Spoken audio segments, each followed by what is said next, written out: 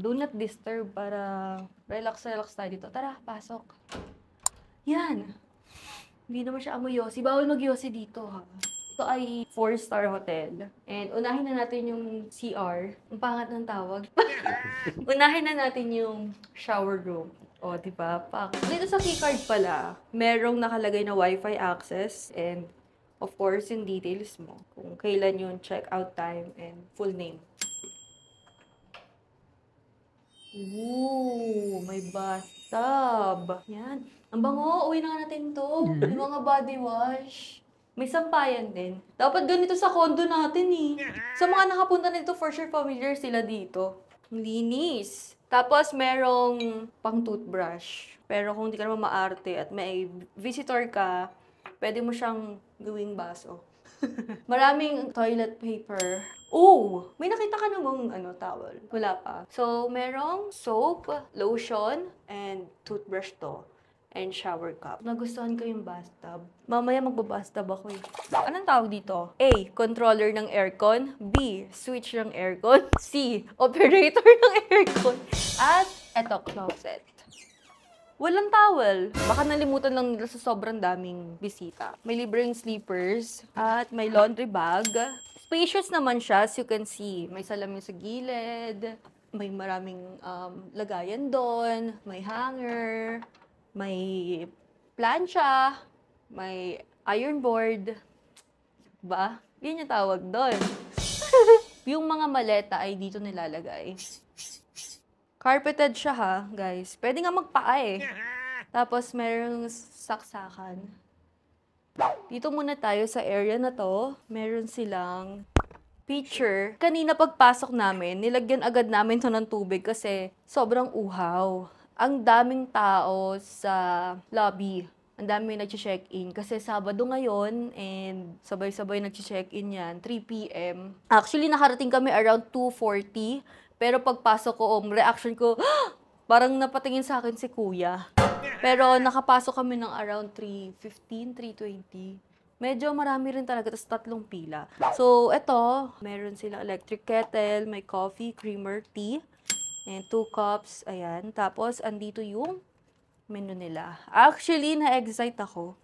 I-try yung food. Oh, sarap! Western cuisine. Oo, alak agad. Aga-aga, ha? Tapos, ano to?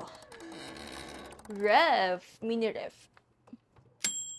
May mini ref para pag bubili ka lang mga drinks, diba? Tapos may drawer. Andito na yung mga gamit namin iba yan. At may another drawer din. Maraming pwede yung paglagyan. So, if mag-stay ka dito ng more than 1 night, okay din.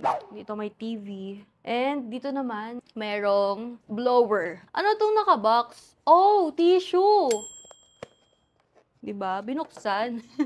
Tapos ito ay ang Wi-Fi. Iba talaga kapag yellow light, no?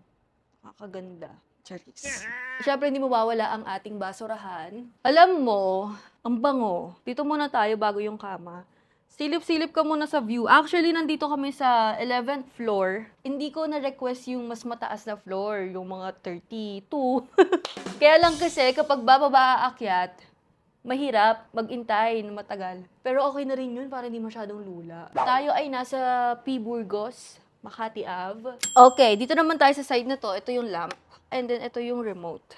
May channel guide na rin dito. And sa bed na tayo. Comforter, of course, and 4 na. Higa na tayo. Ang sarap, ang relaxing. Wait lang, di pa ako tapos mag-vlog.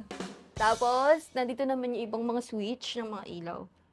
Yan, mga lamp. Tapos, andito yung telephone. Dial 0 lang daw kapag may kailangan. Pero kung kailangan mo siya, hindi mo madadial yung 0. So, merong pen and paper. Alam mo yung sa mga movie, biglang maglalakad ka dyan sa Makati Ave, ma-ONS mo, tapos biglang umuwi ng umaga, tapos paggising mo, merong note sa gilid, tapos may kiss mark. Di ba ganun sa mga movie? Wala lang, kasi ganun palagi napapanood ko. So, nasan yung tsinelas ko? Nahilo na ako. Masingit ko lang yung ganun. Ang ganda. Nakapunta na ako dito dati, pero syempre iba pa rin kapag sarili mong pera ang check-in. So, overall, if I'm gonna rate this, of course, this is 10 out of 10. Wala! Ang arte mo, te! 4-star hotel to. And accessible sa mga restaurants, bars, dito sa Makati. And mabango, malinis, of course. Ang cozy, tapos malapit pa sa lahat. If gusto mong mag-gala-gala dyan. Yung rate pala nito, may free breakfast na for 2 ha. This is king size. So, it's only, ang binayaran ko is 3,100 plus. Diba? Tapos free breakfast na siya. So, yung breakfast niya is 6 to 10 a.m. sa second floor. Papakita ko na lang sa inyo kung gaano karami yung nilamon. Nakaka-excite kasi ngayon lang ata tayo nagpunta sa Makati, no? Eh, nangako pa naman ako sa mga manonood ko na hanggat hindi ko na isa-isa, hindi ako lalabas ng Cubao. Pero, tama naman na. So, next time naman, punta naman tayo outside Metro Manila, mga ibang probinsya, di ba?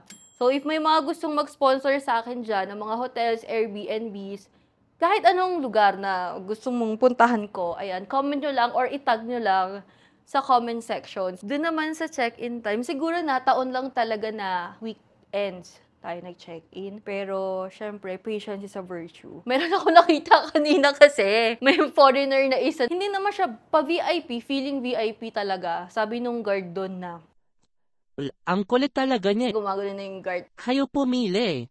Nakikiusap sa guard na unahin siya, ganyan-ganyan. So, pero, syempre, unfair naman sa iba na nakapila rin. So, pag mas mahaba yung pasensya mo, mas hindi masisira yung araw mo. So, yun lang guys. Subscribe and follow sa lahat ng social media accounts ko and beware of posers and scammers. So, yun lang guys. Bye!